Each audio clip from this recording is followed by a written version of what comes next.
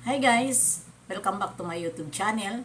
Good morning, good afternoon, good evening sa ating lahat. Saan man tayo sulok ng mundo. Sana ay nasa mabuti tayong kalagayan at ligtas sa anuman masamang kapahamakan. At bago ang lahat, shoutout muna tayo sa founder ng Kalingap, Kuya Val Santos Matubang, Ate Edna Vlogs, Kalingap Rob, syempre kay Jack Matubang, at sa lahat ng mga sponsor na walang sawa tumulong sa mga nangangailangan. More blessing to come. At syempre, shoutout tayo sa Kalingap Strikers, nandyan si Magalo Mix Vlog, Hayats Mix Vlog, si Lina Barbosa, Sel TVPS, si Specs Helixi, and Banat Bagsik. Ayan po ang aming striker group. At syempre, shoutout tayo kay Tita Thankful and Tita Lydia, mega love shoutout Ate Malo, and Ate Christy, at syempre Ma'am Tintin, Charma, Twindle, and Aisan, and Langga para. Mega love shoutout sa inyong lahat. Ayan po ang ating Balingag team. Balingag team talaga ha. Ay, Gimo, shoutout dyan. Ayan na nga ang ating reaction video dito, at syempre shoutout sa lahat ng mga angels, at syempre si Langga Rochelle and Vivi Viancy, at sa lahat ng mga angel. Tita Chris, Ate Christy, Sisi, mega love shoutout sa iyo. At ayan na nga ano ang ating reaction video ngayon. Andyan sa ating thumbnail, ito na naman si Arjin, isa na beneficiary ni Kalingap Ido. Ito lang ang masasabi ko sa iyo, Day. One time ka na nabas. One time ka na nabas at nareaksyonan ng mga reaktor. Ang nangyari sa iyo ay umiyak ka ng umiyak. At nagsusumbong at gusto magpakamatay. Ito na naman, parang inuulit mo. Ito ba talaga ay nagseselos ka dito sa kalab team ni Kalingap Ido? Huwag ganon. Ikaw, kung dinadala ka ng maayos ni Kalingap Ido, dahil nga beneficiary ka, huwag mong bigyan ng kahulugan. At huwag mo po sirain po ha. Igagalang kita dahil ako ay isa mong ate. O, ate na lang. Igagalang kita. Ha? Tatawagin, po talaga. Po, po. Kasi, hindi maganda ang ginagawa mo. Tumahimik ka at huwag kang makisawsaw kung anuman ang mga salitang hindi maganda against dito sa Kalingap o against dito kay Bibi Bianse o sino pa na mga makabianse. Huwag mong gawin na makikisawsaw ka at lalapain ka sa mga yan. Di ba ipinagtatanggol ka ni Kalingap Ido na bawal ibas ang mga beneficiaries kasi hindi pa nila kaya ang basher? Ano ang ginagawa mo sa buhay mo? Na ganun ka, panay tanggol sa'yo ni Kalingap Ido, tapos ikaw naman gumugawa ka ng hindi maganda, tumahimik ka at huwag kang makisawsaw.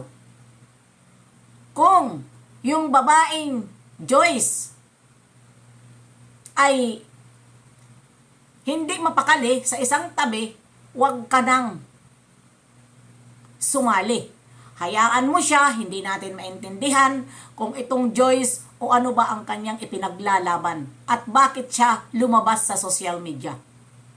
Ito ba ay gusto rin ito si Ido o girlfriend ba ito o ano ba? Hindi natin alam, hindi natin kilala itong Joyce dahil isa lang ito na nanggugulo. Kung ikaw man ay example, may communication kayo ni Ido o ano pa man, huwag ka manggulo dito sa Kalingap. Maghintay sa tamang panahon. Tamang panahon talaga. Diyos ko Lord. Diba? Kaya, ikaw Arjin ha, protektahan mo si Kalingap Ido na hindi mabas sa ginagawa mo. Dahil kinakampihan ka Ha? Marami si Ido hinahide na mga follower niya pagdating sa'yo. Sa totoo lang, masisira si Ido sa'yo eh. Imbis na tumulong ka kay Ido, imbis na anuhin mo siya, ipaglaban mo siya, o ano pa dyan, tumulong ka kung ano ang dapat mong maitulong dito kay Kalingap Ido sa mga, para lang na hindi maano yung channel niya, para tuloy-tuloy ang tulong sa'yo. Ang ano pa naman ng kinuha mo, nurse, di ba? Tapos sisirain mo, binibigyan mo kahulugan, yung magandang pag-aano sa'yo ni Kalingap Ido, na hinahatid ka, kisyo ayan, inaano ka, sinasakay ka sa front, naaawa lang sa'yo si Ido. Ha? Naaawa lang sa'yo bilang beneficiary. Kaya, kung ano man ang pinapakita sa'yo ni Ido, na minahal ka niya, huwag mong bigyan ng kahulugan na ikaw naman ay iniisip mo siguro na nagkakagusto sa'yo si Kalingap Ido. Huwag mong gawin yan. Huwag kang makisawsaw.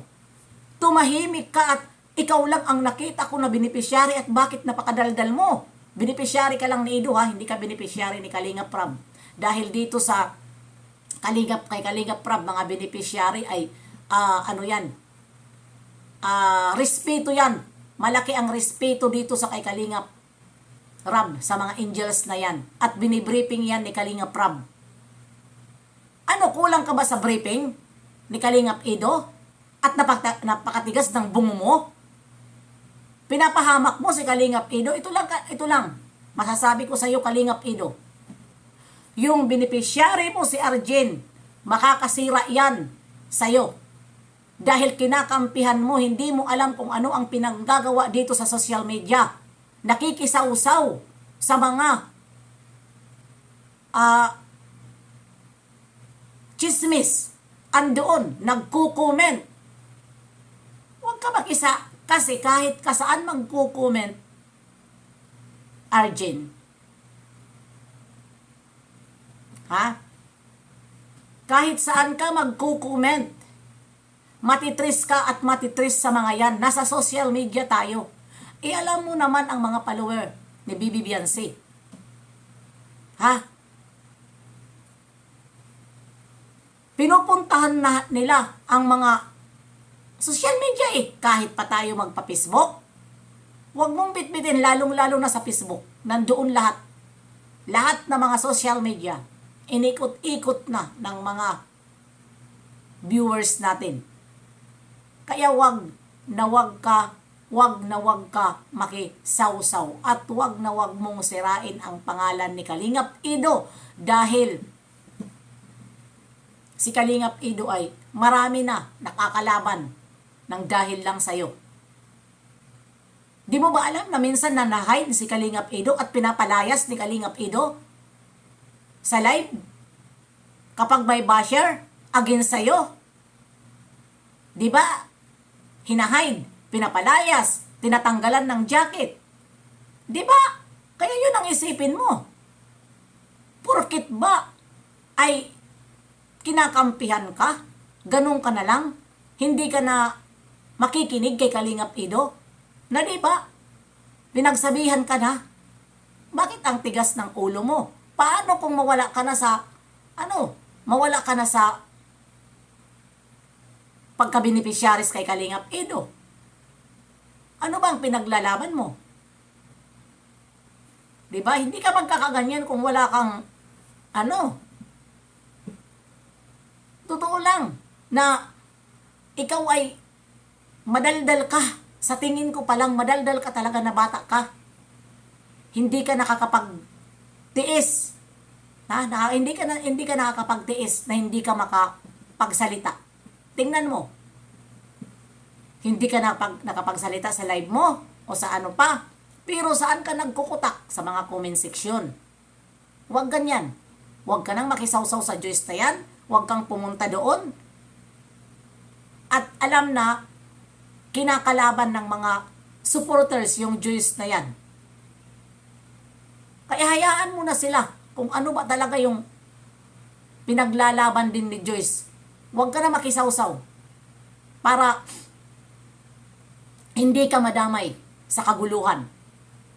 Dahil kung magpakamatay ka o kukuha ka na naman ng kutsilyo para saksakin mo ang sarili mo, problema mo yun. Hindi yan problema sa mga, dahil nandito ka sa social media, isa kang beneficiary, tumahimik ka, gayahin mo yung mga ibang beneficiaries ni Kalinga Prab. Tahimik at hindi sila nakikisawsaw. Minsan lang sila mag-comment pag sagad na sila sa basher. Pero ikaw wala. Ang dami mong salita na hindi maganda, nagko-comment ka pa. Huwag ganon. Protektahan mo ang sarili mo. Ha? Huwag mong abusuhin na porket kinakampihan ka, ganun-ganun ka na lang. Gagawin mo ang gusto mo. Kaya hanggang dito na lang. See you next live and upload. God bless sa ating lahat. Bye-bye! Mama!